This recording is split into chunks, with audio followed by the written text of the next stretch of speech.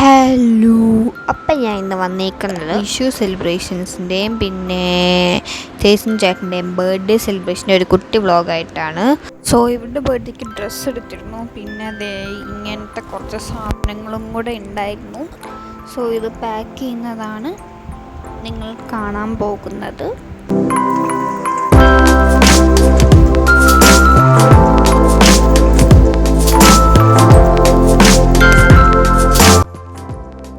എനിക്കാണെങ്കിൽ അങ്ങനെ പൊതിയൊന്നും അറിയത്തില്ലായിരുന്നു. എന്നിട്ട് ഞാൻ ഇങ്ങനെയൊക്കെ ഒപ്പിച്ച് വെച്ചു.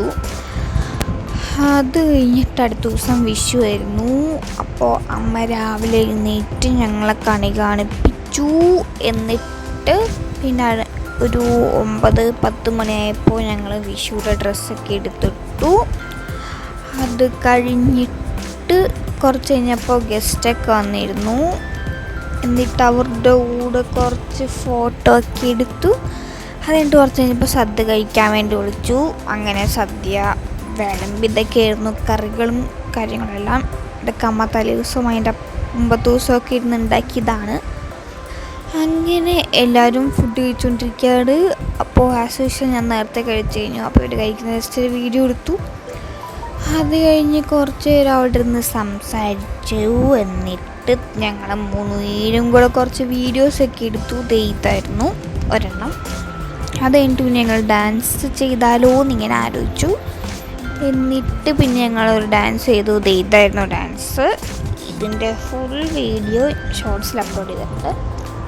അത് കഴിഞ്ഞിട്ടൊരു 8 മണി 8:30 ആയപ്പോൾ ഞങ്ങൾ ഒരു റെസ്റ്റോറൻറ്റിൽ പോയി. ഇത് ചേച്ചൻ ചേട്ടൻ്റെ ബർത്ത്ഡേയുടെ കേക്ക് കിട്ടിയാൽ. ഇവരുടെ ബർത്ത്ഡേ സത്യം പറഞ്ഞാൽ അതിൻ്റെ അടുത്ത ദിവസമാണ്. അതായത് 15-ാം തീയതിയാണ്. പക്ഷേ ചേട്ടൻ ഹോസ്റ്റലിൽ 15-ാം തീയതി രാവിലെ പോകുന്നതുകൊണ്ട് ഞങ്ങൾ 14-ാം തീയതി കട്ട് ചെയ്യാൻ വിചാരിച്ചു. അങ്ങനെ ഈ റെസ്റ്റോറൻറ്റിൽ വന്നു. എന്നിട്ടിപ്പോൾ ക്യാൻഡിൽ എവിടെ വെക്കണം എന്നുള്ള കൺഫ്യൂഷൻ ഉണ്ടായിരുന്നു. ഞങ്ങൾ നമ്മളത്രയ്ക്ക് സ്ഥലമൊന്നും ഇല്ലായിരുന്നു. അങ്ങനെ എങ്ങനെയൊക്കെയോ എവിടേക്കോ സെറ്റ് ചെയ്തു. എന്നിട്ട് ഇവർ രണ്ടുപേരും ക്യാൻഡിൽ കത്തിച്ചു.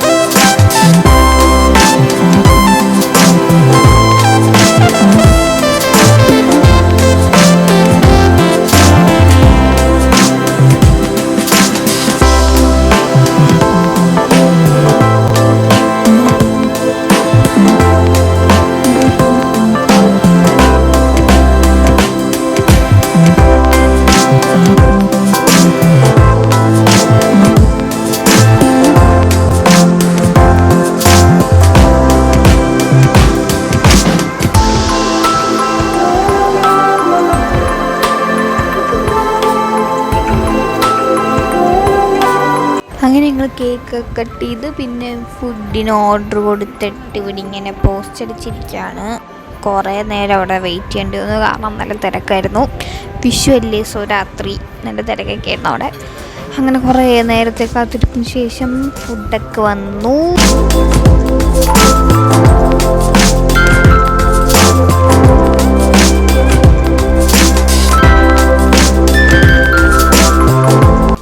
അങ്ങനെ ഞങ്ങൾ ഫുഡൊക്കെ കഴിച്ച് തിരിച്ച് വീട്ടിൽ എത്തിയപ്പോഴേക്കും 10 മണിയൊക്കെ കഴിഞ്ഞിരുന്നു.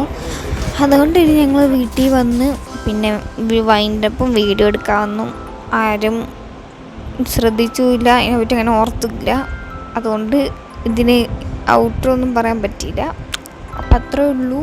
പിന്നെ ഇതൊക്കെയാണ് കുറച്ച് ഫോട്ടോസ്. നിങ്ങൾക്ക് എല്ലാവർക്കും ഇഷ്ടപ്പെട്ടെന്ന് വിശ്വസിക്കുന്നു. അപ്പം ബൈ.